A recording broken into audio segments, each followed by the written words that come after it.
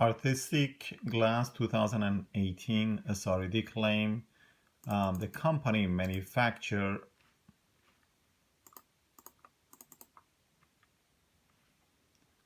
these type of products. As you clearly see, I put a pen here so you can get a kind of a sense how thick the glass is. This is roughly about the 7 layers of 33 mil is over a 1-inch thickness.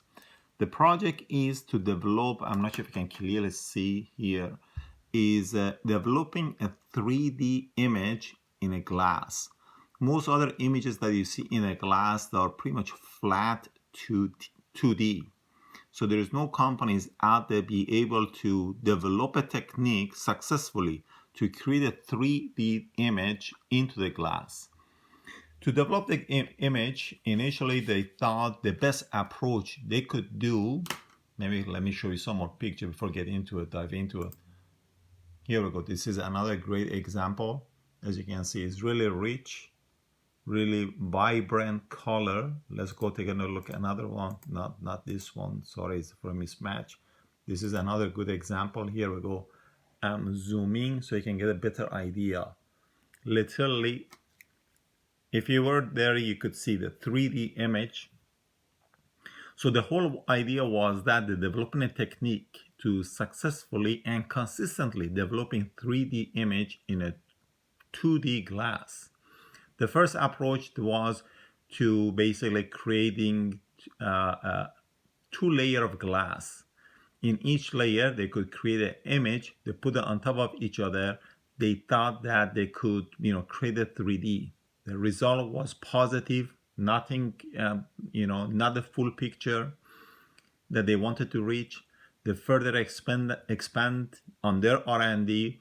They realized they can get the best optimal result when they have a 7 layer of glass, one back on top of each other, which created pretty much the one that you saw, or this one. As you can see, the thickness of the glass in reference to the pen, you can see it's really thick. So it's a 7 layer of glass. Each has 3 mil thickness. And in each layer, they add one artwork or one image. So when they stack it on top of each other, you would see the three basically 3D. Right now you see there are various of full color, by the way. They develop a full color technique, not just black and white. You see black here, gray here, yellow, various type of color. And as they're developing it, the first was how to do it, how you're going to developing it. So they realized the best optimal solution, having a 7 layer in each layer, be able to precisely align each image so they can develop a kind of image that they're trying to get.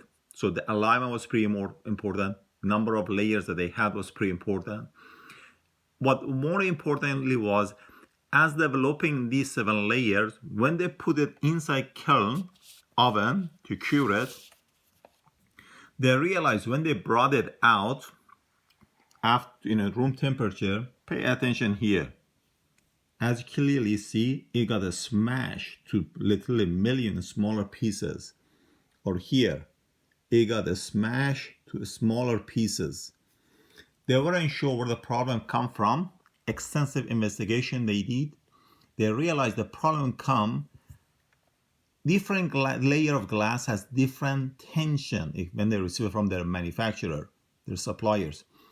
Each glass their own tension. So when you put it inside the kiln or oven, this layer will not be able to release their stress. And while at the same time, rapidly, they were fused together. So they mortared to each other.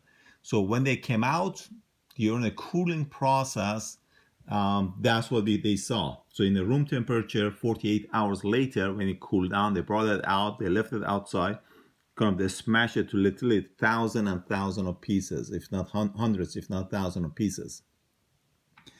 So they had to do a series of investigation, including play with the thickness of the glass. Rather than using 3 mil, they used 6 mil.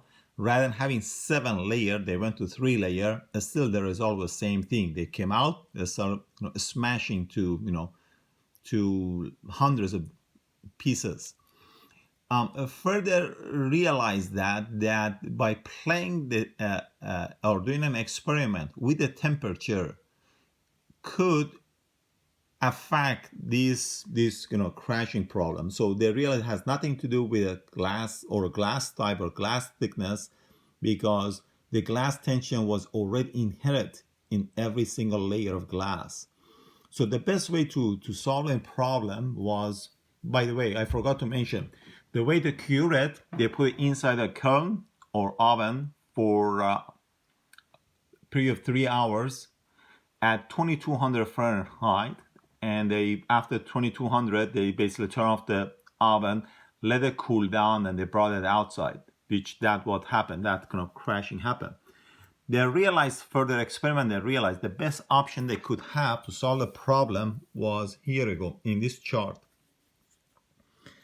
They put these 7 layers, the prototype, inside the oven at 2200 Fahrenheit for a period of 3 hours, cool it down to 1600 hours gradually, then increasing the temperature to 2100. Reduce it to 1500. So basically, to cool it down wasn't at 1600 and taking it out in a room temperature. Eventually, over the next 48 hours, I can see the chart, gradually the temperature drop, went up, drop, went up a little bit, very gradual. Drop to 1400, went up to 1900. Drop to 1300, went up to 1800. So gradually they reduce the temperature to room temperature, which took about 48 hours cycle.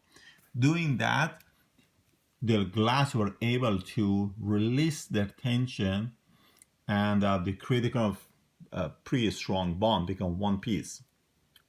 So they solved the problem. Other problem that they had was the color that they were developing was not rich. They were not vibrant. They were more dull. So they had to do a series of experiments with the coloring itself. The conventional method in industry that they use for it, there's a powder that they use. So experiment with that one, mixturing with series of oil, had no result. The best result that they got was using the crash color glass. Again, they buy it. They don't do that one. They do a series of experiments with that. They call it fret. Fret glass is a special type glass. They come various, powder shape, broken glass shape, and different colors. So they're using the fret type material. They realized that they could develop a combination with the oil. They could realize that develop this vibrant color. So all the details that you want during the interview notes. And as always, feel free to let me know if you have any questions.